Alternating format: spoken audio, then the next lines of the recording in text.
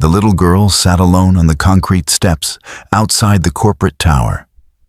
Shoes dusty, her tiny hands trembling as she held back tears. The security guard had ignored her. The passers-by had rushed past. But a tired single dad with calloused hands, carrying nothing but a brown paper bag and his son's broken toy, stopped. He knelt beside her, tore his sandwich in half, and said, "You look like you could use this more than me."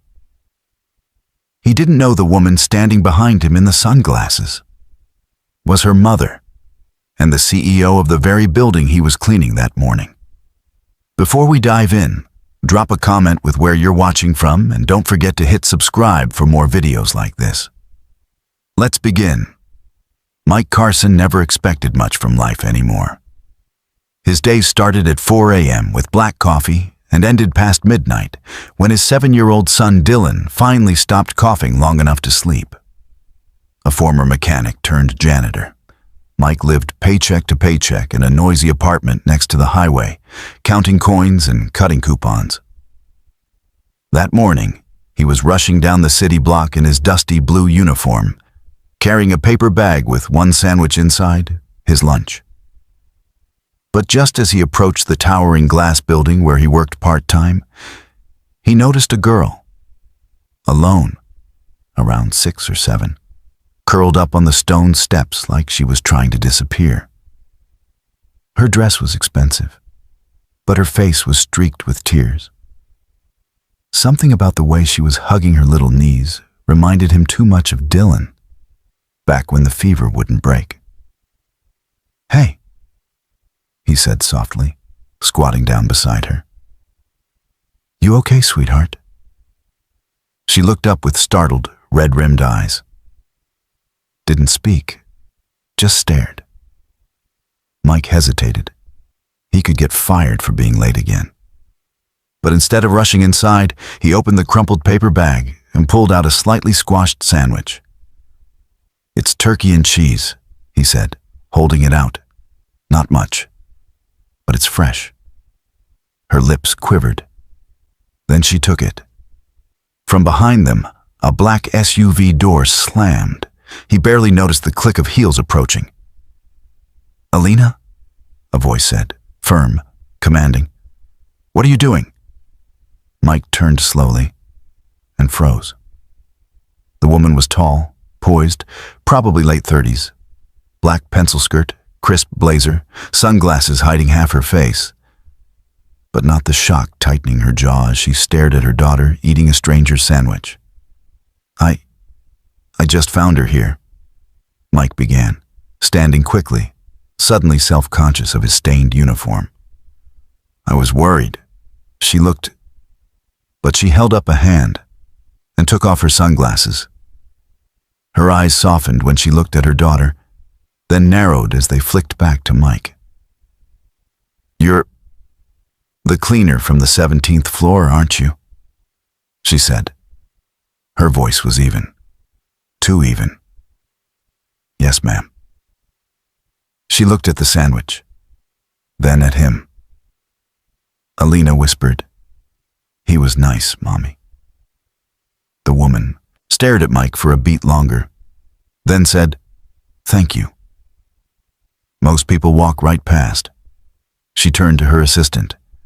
"Have the driver bring the car around, now." Then, looking back at Mike, she added, "You should probably come with us." Mike blinked. "Ma'am?" "You're not in trouble," she said. "But I think we need to talk." And just like that, Mike found himself climbing into the back of a black SUV with the daughter of the richest woman in the city. He didn't know it yet, but everything he thought he knew about his life was about to flip upside down. Mike sat stiffly in the black leather seat, completely out of place. The scent of jasmine and luxury leather filled the SUV, along with a silence so sharp it could cut. Alina sat beside him, still nibbling the last corner of the sandwich. She looked calm now, safe even. Her mother, however, hadn't spoken a word since they pulled off. Mike cleared his throat Ma'am, I really didn't mean to overstep. You didn't overstep, she interrupted, her voice quiet but unwavering. You did what most people would never bother to do. She turned to him, this time really looking. I'm Claire Whitmore, CEO of Whitmore Tech and Alina's mother. Her words were polished, professional. My daughter ran off after an argument with her nanny. Security couldn't find her. And yet, somehow, a stranger with a mop and a sandwich did. Mike looked down. Wasn't trying to be a hero. Just saw a little girl alone and figured she needed a bite in a minute. Claire tilted her head slightly. That was your lunch, wasn't it? He shrugged. Yeah, but kids come first. Alina suddenly whispered, You're a nice daddy. Claire's jaw twitched. Her eyes flicked to her daughter, then back to Mike. You're a single parent? Yeah, my boy's name is Dylan, 7, asthma. Loves dinosaurs and peanut butter, but hates math. Mike chuckled softly, eyes briefly lighting up. Rough couple years. Lost my wife to a drunk driver. Took whatever job I could after. Claire's lips parted slightly. Not in pity, in realization. I want to offer you something, she said. Mike's eyes snapped back up. Sorry? You saved my daughter. Not just physically. You showed her kindness when she was scared. That's not nothing. I run a company of over 12,000 people, and I can't name more than 5 who would have done what you did. He blinked. Ma'am, I appreciate that. But I didn't do it expecting anything. She nodded. And that's exactly why I'm offering it. They stopped in front of a glass tower, Whitmore Tech HQ. Claire turned to him. Come inside. There's someone I want you to meet. He hesitated. I'm still on the clock, technically. She smiled for the first time, a rare, polite curve of the lips. I think I can make a call. Mike stepped out of the SUV and stared up at the building he'd only ever entered through the side door with a mop in hand. Now, he was being escorted through the front, past receptionists who suddenly sat up straighter and guards who gave puzzled looks. Inside, Claire led him into a bright conference room. Alina skipped beside them, holding onto his pinky like he was already family. Claire nodded to a waiting man. This is James, my head of operations. James raised an eyebrow at Mike. You're the janitor from facilities? Mike gave a slow nod. That's me. Claire turned to James. He's also going to be assigned a provisional consulting position for internal culture development. Mike choked. I'm sorry, what? James blinked. You're hiring him? As a consultant? I'm not hiring him, Claire said flatly. I'm investing in a human being who reminded my daughter that kindness still exists. He'll shadow various departments, learn, observe. Provide insight from the ground up. Starting salary, $65,000, health coverage included, for both him and his son. Silence. James looked stunned. Mike was speechless. Alina beamed. Claire finally added, and don't worry, he'll still have time to pick his son up from school. Mike's eyes filled, not tears of sadness, but stunned disbelief. I don't know what to say. Claire smiled faintly again. You already said enough when you gave my daughter your lunch. Mike had never stepped foot in an office elevator that didn't reek of bleach and floor wax. But now he stood inside one, clean-cut in borrowed slacks and a pressed white shirt Claire's assistant had rushed to purchase after taking his measurements. He stared at his reflection in the mirror-like doors. He barely recognized himself. Just yesterday, he was wiping grime off urinals and saving quarters for Dylan's inhaler refills.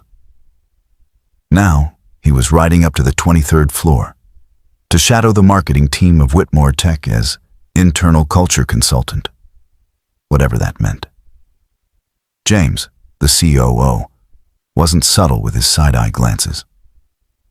"I still don't get this," James muttered, scrolling through his tablet. Claire never makes emotional decisions. She once fired a senior exec for not using the Oxford comma. Mike shrugged. "Believe me, I'm more surprised than you are." When the doors opened, the marketing team's heads turned toward him. Young professionals in crisp shirts, tight dresses, MacBooks open, lattes half-sipped. They stared like they were expecting a guest speaker from a rival firm. Not a janitor turned consultant with scuffed boots and a folder of handwritten notes. A woman with a pixie cut stood and extended her hand. "Hi, I'm Bella, creative director. You must be—" "Mike Carson," he said. "Nice to meet you." James cleared his throat. "He'll be observing. Don't let it change your process." But it did. Mike sat quietly in meetings, listening, watching, taking notes not on branding strategies or engagement metrics, but on people. How the intern was always cut off. How Bella paused every time someone questioned her campaign title. How 3 designers shared one fried brain between them trying to finish a project with impossible deadlines. During lunch, someone mentioned Claire in hushed tones. "She's tough, man. Doesn't let anyone slip," one said. "Unless you're this guy," another mumbled. Mike didn't respond. He quietly opened his lunch bag. This time it had 2 sandwiches, one for him, one for the girl who changed everything. He spent a week observing every department Claire assigned.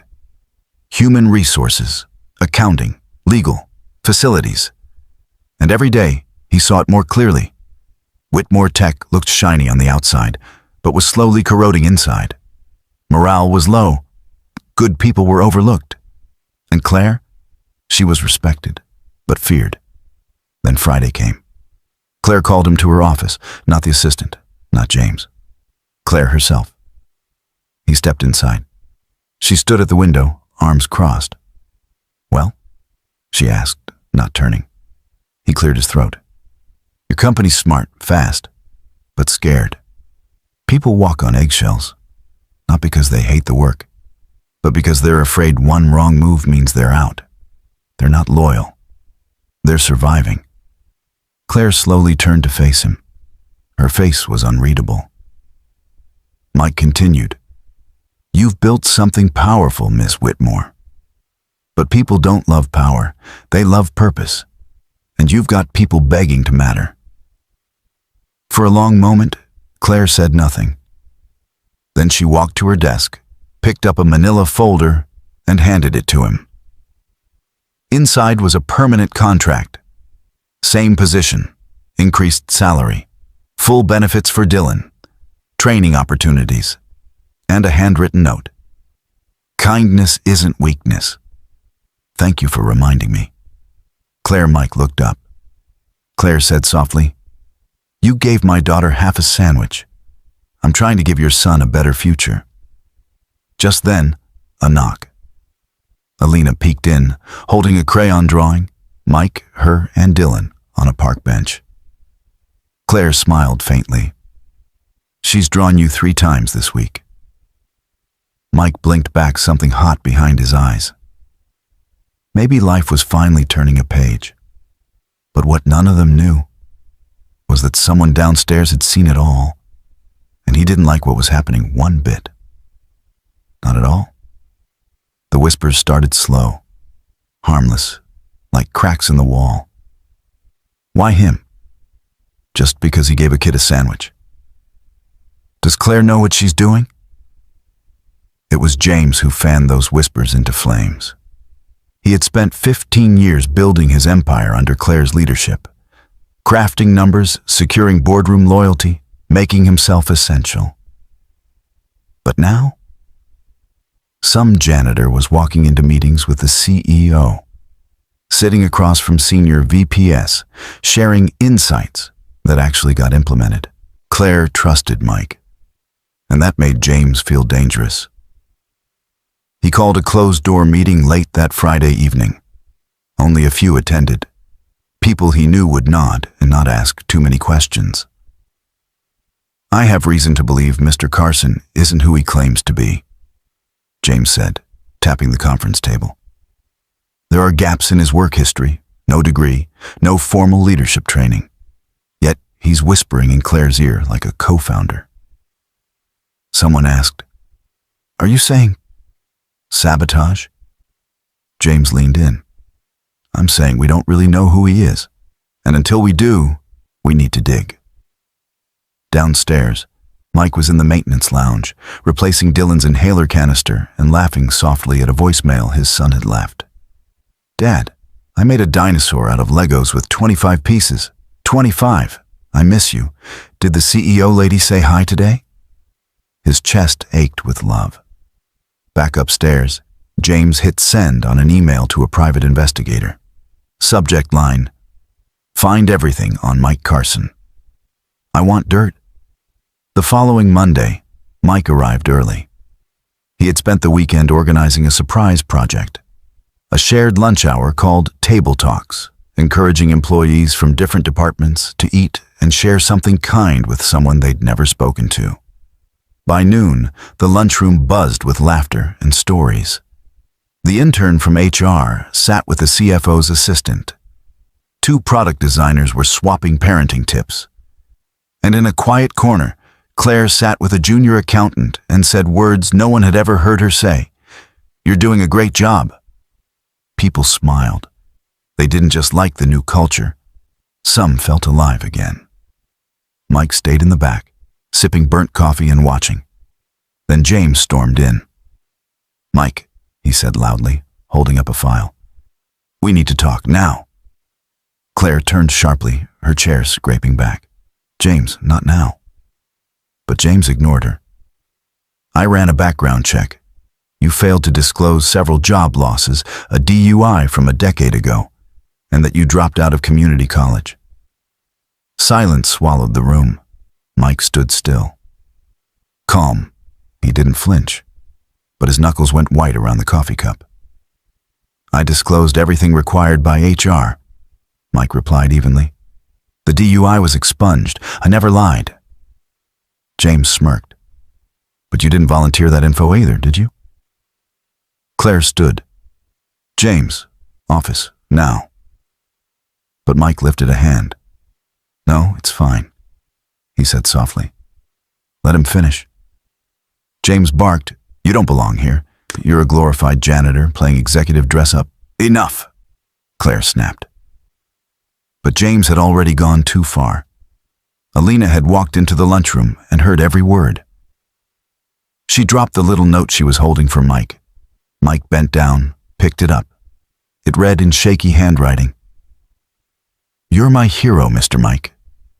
I drew you saving my sandwich from a dragon. Love, Alina." He looked up, eyes burning.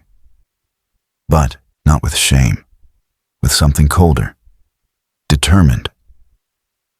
"This isn't about me," Mike said quietly. "It's about a company that thinks someone's past defines their worth. I'm not ashamed of what I've been through. You only try to dig up someone's past when you're afraid of their future." People murmured. Soft at first, then louder. Claire walked up beside Mike. "James, you're suspended pending review," she said flatly.